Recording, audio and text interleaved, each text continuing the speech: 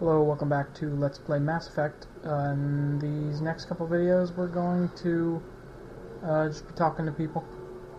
Don't want to talk to Chakwas right now. Let's talk to Liara, our femme fatale. If you are here to talk about Venezia's death, you need not bother. She brought it upon herself. She's gone. You can't change that. She was gone long before she died on Riveria. That's a good point. Venezia was a good person once, before she fell under Sovereign's power. Part of me blames Saren for her death. Part of me wants to blame her. And part of me just misses her. I blame Sarah. And if I were you, I'd want revenge.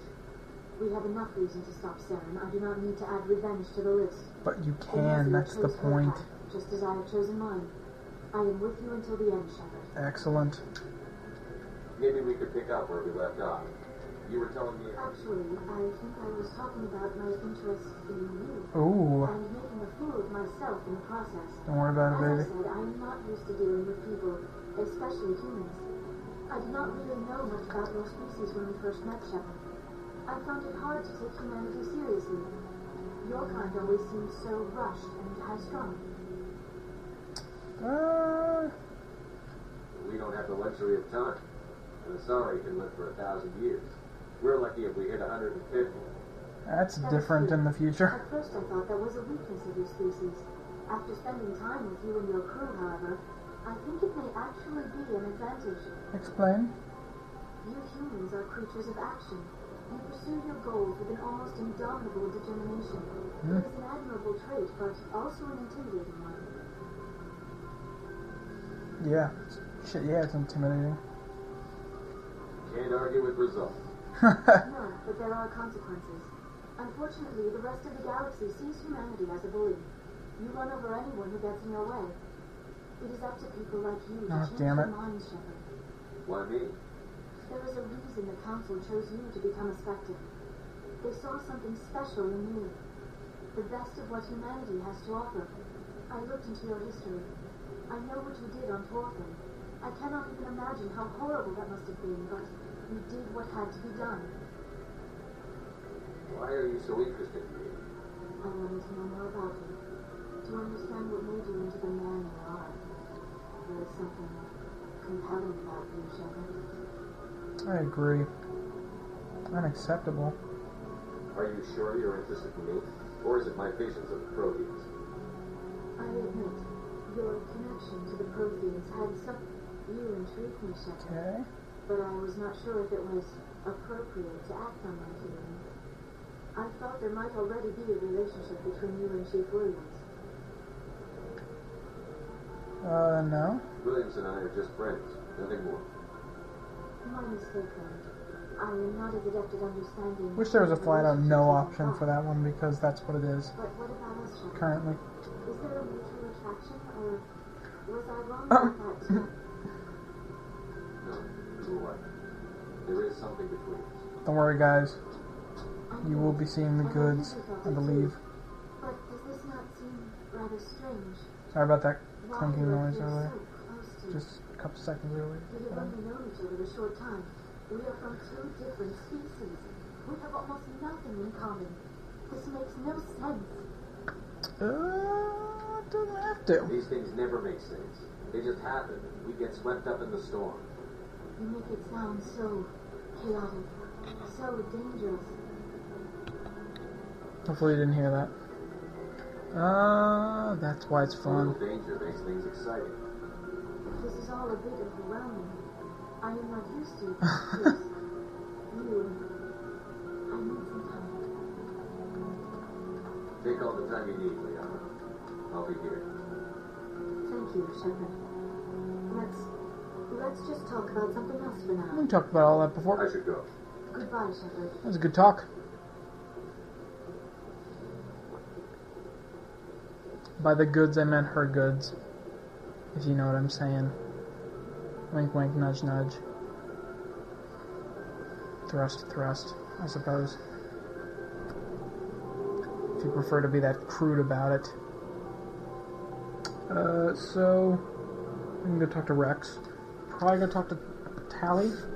I think she's going to be pretty useful in this next area. And I don't ever really use her. And also, elevators. Jesus, they move so slow. But we'll talk to everyone. Just those are our priorities.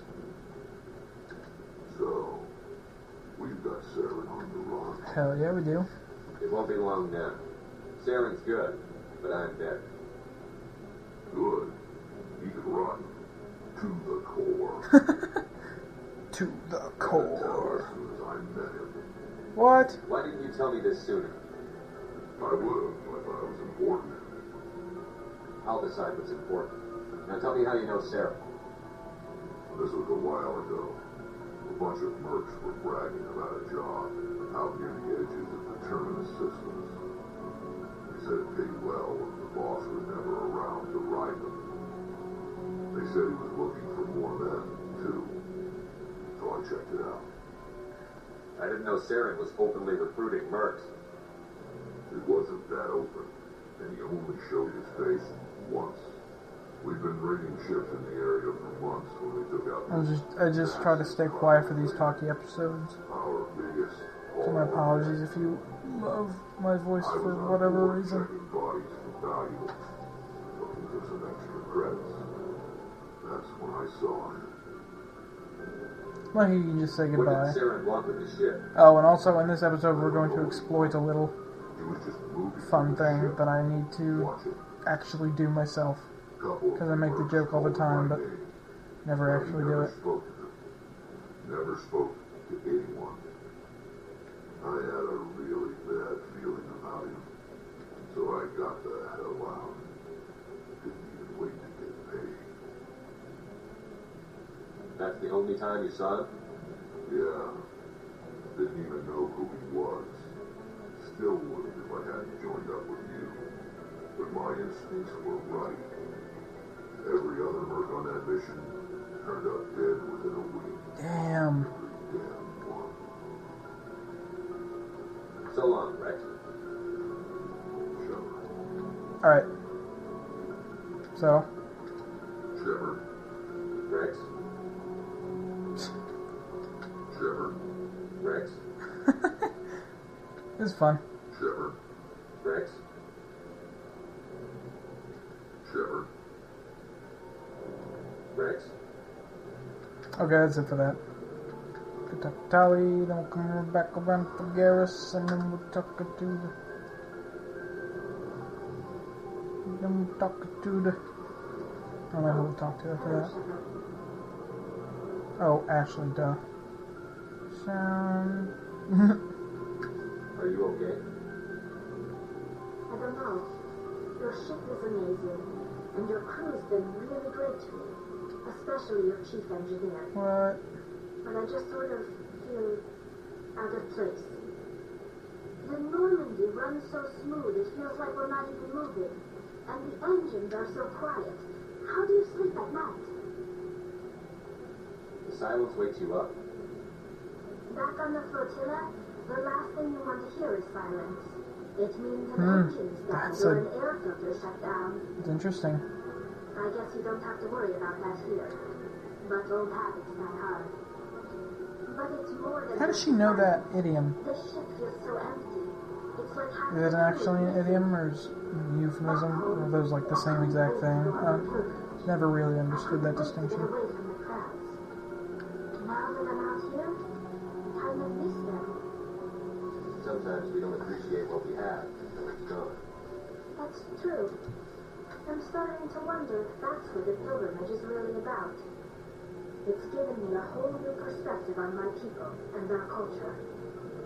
You know, there's always a few who go on their pilgrimages and never return.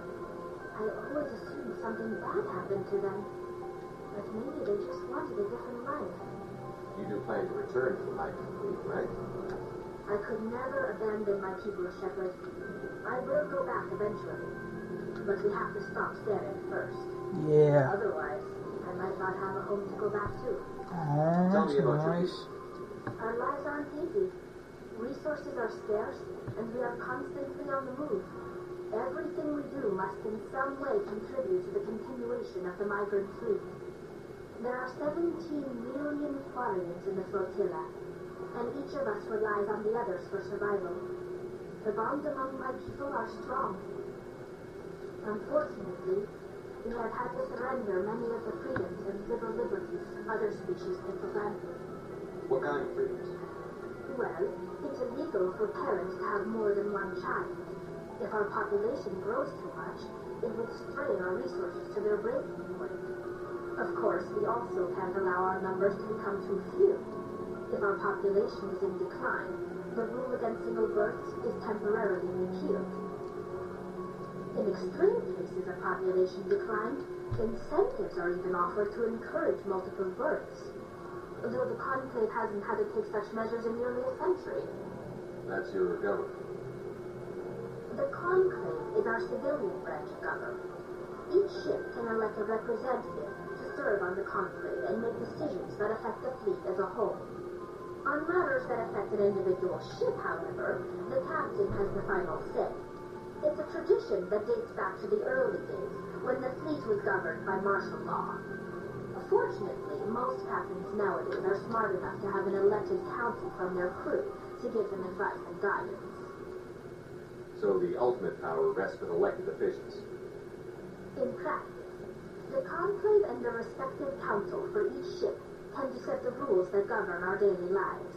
But in theory, we are still under military jurisdiction. The 5 top-ranking military officials in the fleet serve on the Admiralty Board. These 5 have the power to overrule any decision by the Conclave in case of emergency. To do so requires... In the end of the video, and I'm just chillaxing now.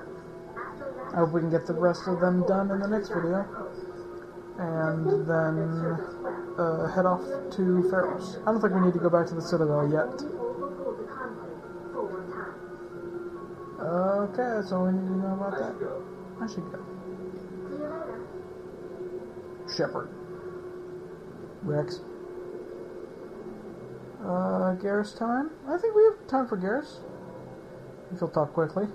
And if not, we can just skip some stuff. Personal questions, let's go. You've been with CSEC a while.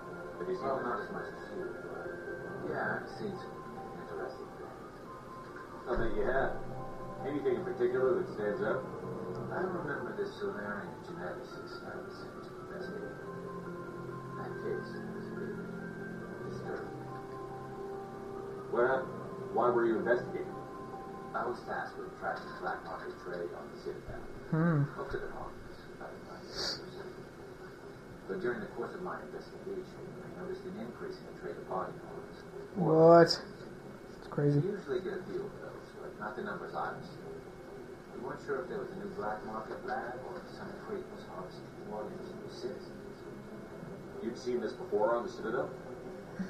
Every so often, some lab sells unwanted parts through the black market.